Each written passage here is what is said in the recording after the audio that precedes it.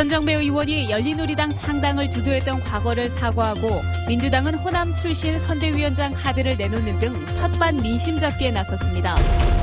금호 아시아나 박삼구 회장이 그룹 지주 회사인 금호산업을 되찾으면서 6년 만에 그룹 경영권을 되돌려받게 됐습니다. 올 한 해 광주 전남 지역은 남북축으로 KTX가 운행을 시작했고 동서축으로는 달빛고속도로가 개통되는 등 교통혁명이 잇따랐습니다.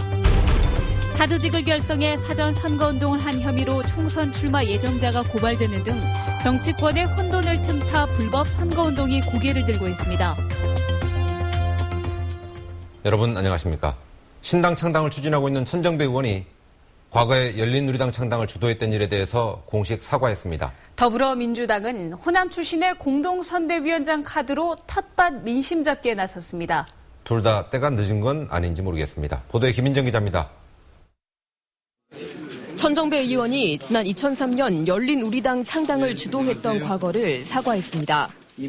정치개혁의 시발점이라고 믿은 단순한 생각이 민주개혁 세력과 호남의 정치력을 약화시키고 지지자들에게 깊은 상처를 줬다는 겁니다. 그러면서 전략 투표라는 이름으로 패권주의의 희생물이 되어온 호남 정치를 뉴 DJ로 대표되는 미래 정치 세력으로 부활시키겠다고 말했습니다. 이 같은 행보는 안철수 의원에게 지역 여론이 몰리는 것을 견제하고 신당 창당 세력 내에서 주도권을 쥐기 위한 의도로 해석됩니다. 신당을 만든다고 하면서 기득권에 찌든 정치인들과 대거 손잡는 것은 호남 민심을 오독하고 모처럼 찾아온 혁신의 기회를 무산시키는 길입니다. 텃밭 민심 악화로 분당 위기로 치닫는 더불어민주당은 호남 출신 공동선대위원장 카드를 꺼냈습니다.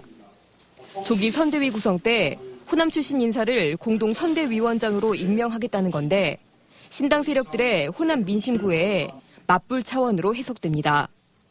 그렇지만 전국 호남 향후회 임원들이 내일 집단 탈당계를 제출할 예정이고 동교동계와 광주시의회 의원 상당수도 탈당이 가시화됐습니다. 이에 따라 더불어민주당의 내홍 사태는 내년 초가 분수령이 될 것으로 전망됩니다. MBC 뉴스 김인정입니다. 금호아시아나그룹의 박상구 회장이 지주회사인 금호산업을 되찾았습니다. 네, 채권단이 갖고 있던 경영권 지분 대금을 완납하면서 6년 만에 경영권을 되돌려받았습니다. 박수인 기자입니다. 박삼구 금호아시아나그룹 회장이 금호산업 채권단으로부터 경영권을 되찾아왔습니다. 지분율 50%에 한 주를 더한 가격 7,228억 원을 모두 지급했습니다. 2009년 유동성 위기로 금호산업을 채권단에 넘긴 지 만 6년 만입니다. 금호산업은 아시아나항공 지분 30%를 보유하고 있고 아시아나항공은 다시 금호터미널 등을 갖고 있어서 사실상 그룹을 되찾은 셈입니다. 박삼구 회장은 그룹 재건을 위해 많은 분이 도움을 주셔서 감사하다며 기대에 어긋나지 않게 혼신의 노력을 다하겠다고 밝혔습니다. 금호산업 인수로 그룹 재건 작업의 큰 틀은 완성됐지만 금호타이어와 금호고속을 되찾는 일은 숙제로 남아 있습니다. 금호타이어는 여전히 채권단이 42%의 지분을 갖고 있어서 금호산업과 비슷한 절차로 따로 인수해야 합니다. 금호고속은 올해 6월 사들였다가 석 달 만에 되판 상태로 2년 3개월 안에 되살 수 있는 권리를 갖고 있는 상태입니다. 내년도 창업 70주년을 맞아 창업 초심을 경영 방침으로 정한 금호아시아나그룹이 주력 계열사들을 모두 되찾고 온전한 그룹 재건을 이뤄낼 수 있을지 주목됩니다. MBC 뉴스 박수인입니다.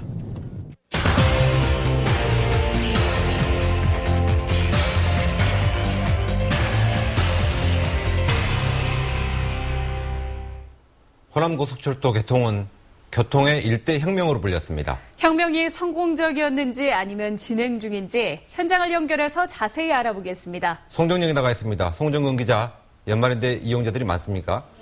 네, 시간이 늦어서인지 탑승객들이 많이 보이지는 않습니다. 그리고 조금 전 서울로 향하는 열차 한 대가 출발하면서 더욱 한산한 모습을 보이고 있습니다. 호남의 철도가 놓인 지 101년 만에 말 그대로 교통혁명이 일어났습니다.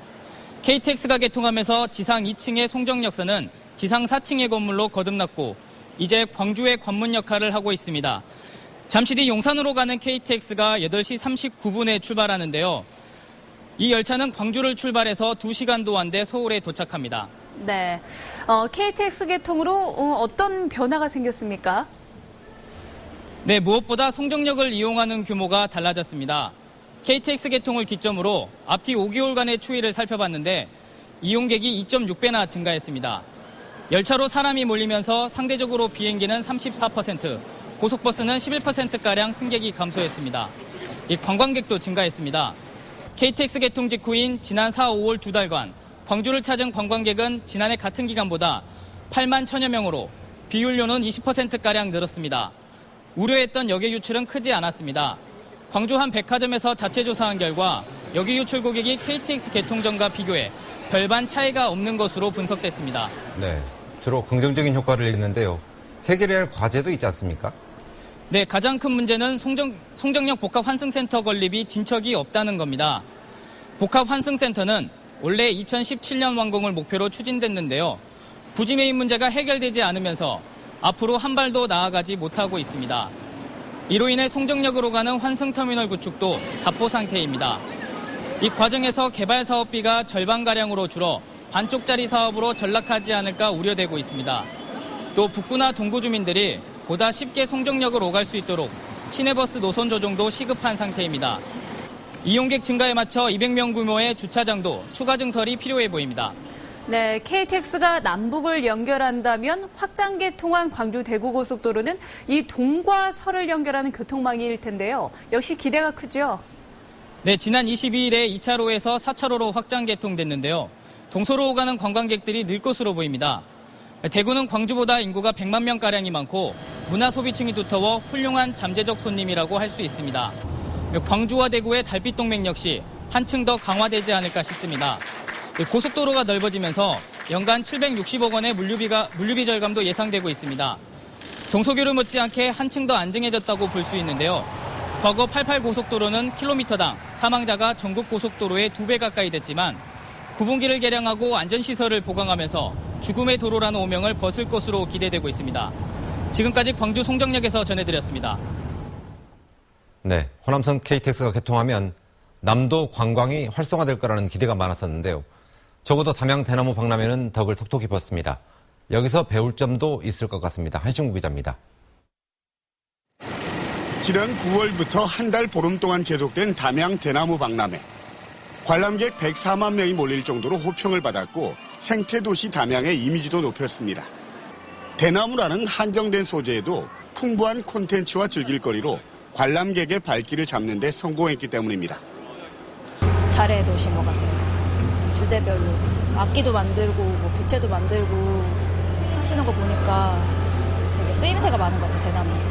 규모보다는 콘텐츠의 비중을 뒀고 광주 아시아문화전당관 농업박람회장, 가사문화권을 연계한 관광객 유치 전략으로 지자체 축제의 지평도 넓혔다는 평가를 받았습니다.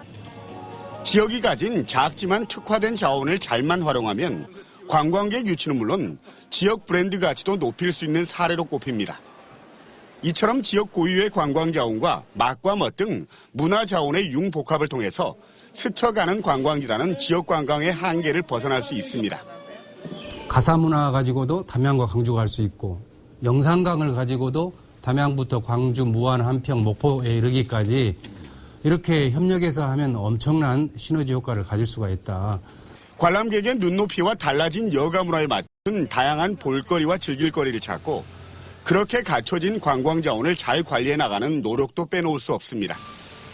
인구 5만의 작은 지자체 담양이 일궈낸 대나무 박람회 성과는 광전남 미래 관광 전략의 시사점이 커 보입니다. MBC 뉴스 한신구입니다. 광주시 선거관리위원회는 사조직을 결성해서 사전 선거운동을 한 혐의로 총선 출마 예정자 A씨와 전직 시의원 등 11명을 검찰에 고발했습니다.